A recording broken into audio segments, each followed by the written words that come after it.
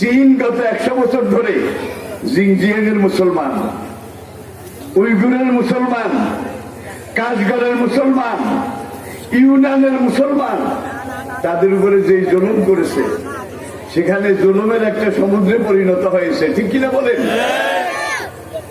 আল্লাহ এবার ধরা দিছে কি? করোনা।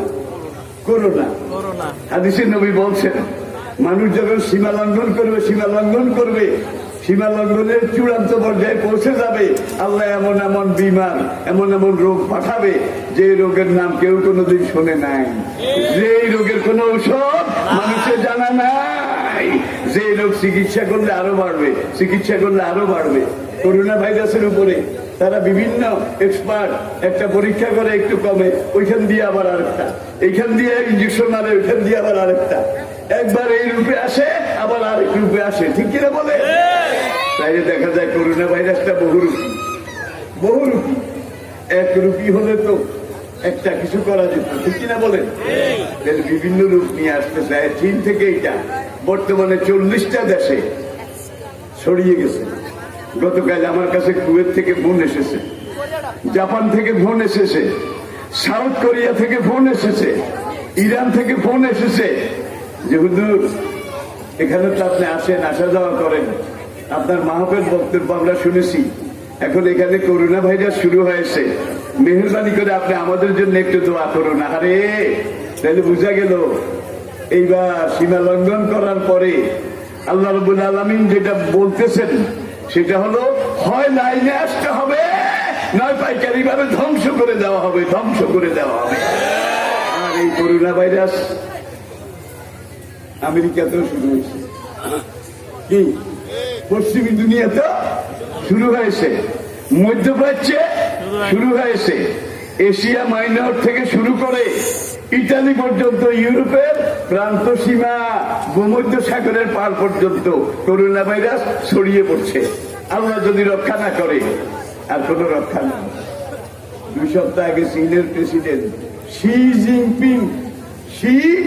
জিনপিং, সে লম্বা কুত্তা একটা কোথা থেকে জানি লইছে ভাই, কিনছেলাকে দিছে, এটা গায়ে দিয়ে রুমাল একটা মাথায় পেঁচাইয়া চীনের বেজিং এর কেন্দ্রীয় মসজিদ জুমার আজান হওয়ার পরে এসে সেখানে ঢুকে খতিব সাহেবের সাথে দেখা করে কয়, খতিব সাহেব বর্তমান পৃথিবীতে যতগুলো জাতি আছে তাদের মধ্যে আমি মনে করি মুসলমান জাতি সর্বশ্রেষ্ঠ, কোরআন অনুসারী সবার উপরে। খতিব সাহেব আপনি দয়া করে আমার দেশের জনগণের জন্য একটু দোয়া করুন। এখন প্রেসিডেন্ট কিন্তু প্রত্যেক শুক্রবারে এক একদিন এক এক মসজিদে যায়, দোয়া চায়। ঠিক কিনা বলে? এরপরে গেল শুক্রবার, যেটা আজকের আগেরটা, সেখানে দেখা গেছে প্রেসিডেন্ট চীনের জনগণকে বলছে যে শুক্রবার আসলে তোমরা সবাই মসজিদে যাইও।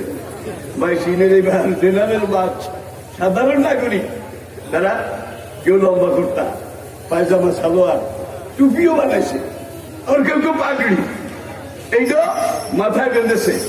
এখন মসজিদের এখানে, মসজিদ তো 10টার মধ্যে ভরে গেছে, 11টার আগে মসজিদের সেহেন ভরে গেছে, 12টা বাজার আগে পুরো এলাকা, 1টার সময় একেবারে সেই দিকে তাকায় শুধু চীনের নাগরিক, বৌদ্ধের গোষ্ঠী। ঠিক কিনা বলেন?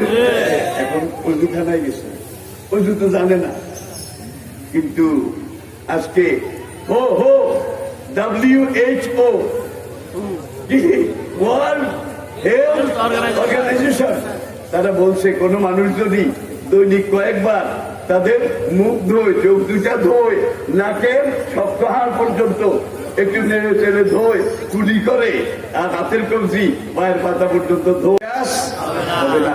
ঠিক কিনা বলেন? তাইলে মুসলমান যারা, তাদেরকে নবী কিন্তু এটা 1000 বছর আগেই বলে গেছে। কোরআন বলছে ফাগসিলু উজুহাকুম, রিপিট, ইয়া আইয়ুহাল্লাযীনা আমানু ইযা কুনতুম ইলা সলাতে ফাগসিলু উজুহাকুম ওয়া আইদিয়াকুম ইলাল মারাফিকি ওয়া আমসাহু বিরুউসিকুম ওয়া আরজুলাকুম ইলাল কাবাইন। কোরআনের আয়াত। হাত ধোয়ার আগে নবী শিখিয়েছেন তোমরা কিছু খাওয়ার আগে হাত ধোও। ঠিক কিনা বলেন? মুসলমান পাক পবিত্র। ভিডিওটি দেখার জন্য ধন্যবাদ। নতুন ভিডিও পেতে চ্যানেলটি সাবস্ক্রাইব করুন।